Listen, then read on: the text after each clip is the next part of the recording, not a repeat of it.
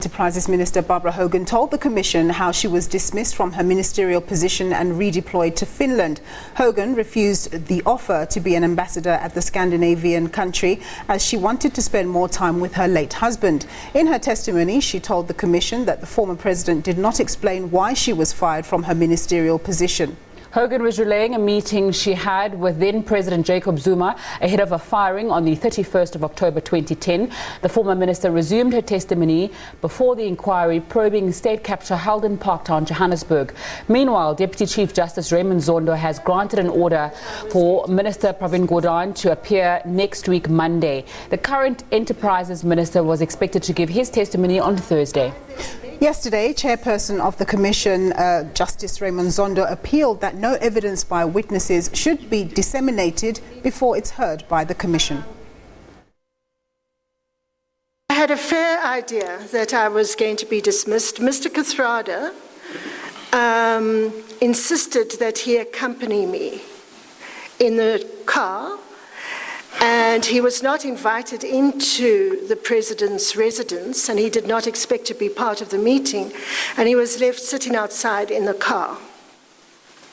I then met with the president and Mr. Mantash, and the president said that the NEC had decided that I ought to be redeployed as the ambassador to Finland, and then I said, you know, I'm sorry, I can't accept that. But I did say at that stage that I want to thank the president for the privilege of being able to serve my country as a cabinet minister, and I mean that. Any person who can serve your country as high a level as that, it's a privilege and it's an honor to do it. I didn't ask the reasons. For me, it was perfectly, you know, the president has the prerogative to dismiss. I also said that I was not going to go back to Parliament. The reason being that when I was made a minister, Mr. Kodwa, who had been staying in Cape Town at that time, moved back to Johannesburg, where his foundation was based, where his comrades, where his friends, family, a lot of people were based. And going back to Parliament, in the 2 years that I was a cabinet minister, Cassie was a lot of the time on his own because I had to be down in Cape Town. And I just felt it would be unkind and not fair because he had been perfectly accommodating to me when I had to be a minister, for me now to expect him to now pack up and move back to Cape Town. And I'd done my stint in Parliament. I'd been a parliamentarian from 1994 to 2008. And I think there was time for young blood to come in. And it was only, I thought there was nothing more I could contribute there. It wasn't in an active peak at all that I said I didn't want to go to Parliament. With that... I'm sorry, I hear you say up to 2008. I'm assuming that when you were a minister, you remained a member of Parliament, or is that not so? Yes, as a minister, yes. So 2010, you're right. I've done longer service than I credit myself with. And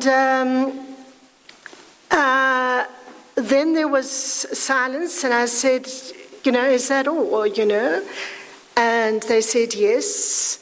And so I greeted them and I left. The president helped me to open the door because the door was jammed, and I left and I went home. For more on the state capture inquiry, we cross to our reporter Mzwandile Mbeche, who's standing by. Mzwandile, again, very interesting testimony from the former Public Enterprises Minister Barbara Hogan, this time focusing a lot on Eskom and Jacob Moroka. Indeed, Nombo, yesterday it was mainly about Gama, but today it was Jacob Moroka, the former CEO of Eskom. But before I go on to answering that question you posed, Nompo. With me is the spokesperson in the head of the presidency, Zizi Kodwa. He's also the member of the NEC. He's been listening here, and we've been saying the ANC seems to be on trial here, given things that are being said by one of its own. You've been listening to Barbara Hogan. What's your take? The African National Congress a few weeks ago submitted a letter, the letter reserving our right of reply. Firstly, to the submission and a version presented to this commission by the banks. Secondly, some aspects presented by Comrade Barbara about the system and the workings of the African National Congress. How do we interface from the ANC point of view, the Office of the Secretary General, the committees of the ANC, Deployment Committee with government.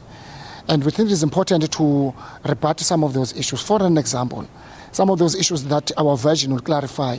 The National Working Committee does not discuss deployment. The National Executive Committee of the ANC does not discuss deployment. And that version will present as the ANC. But secondly, the Deployment Committee of the ANC does not make appointments. We can only recommend to show our interest, because as a governing party, we've got to show interest. Our showing of interest is not about individuals. We look at the caliber of a person that must be appointed, experience and skills. We look at those issues.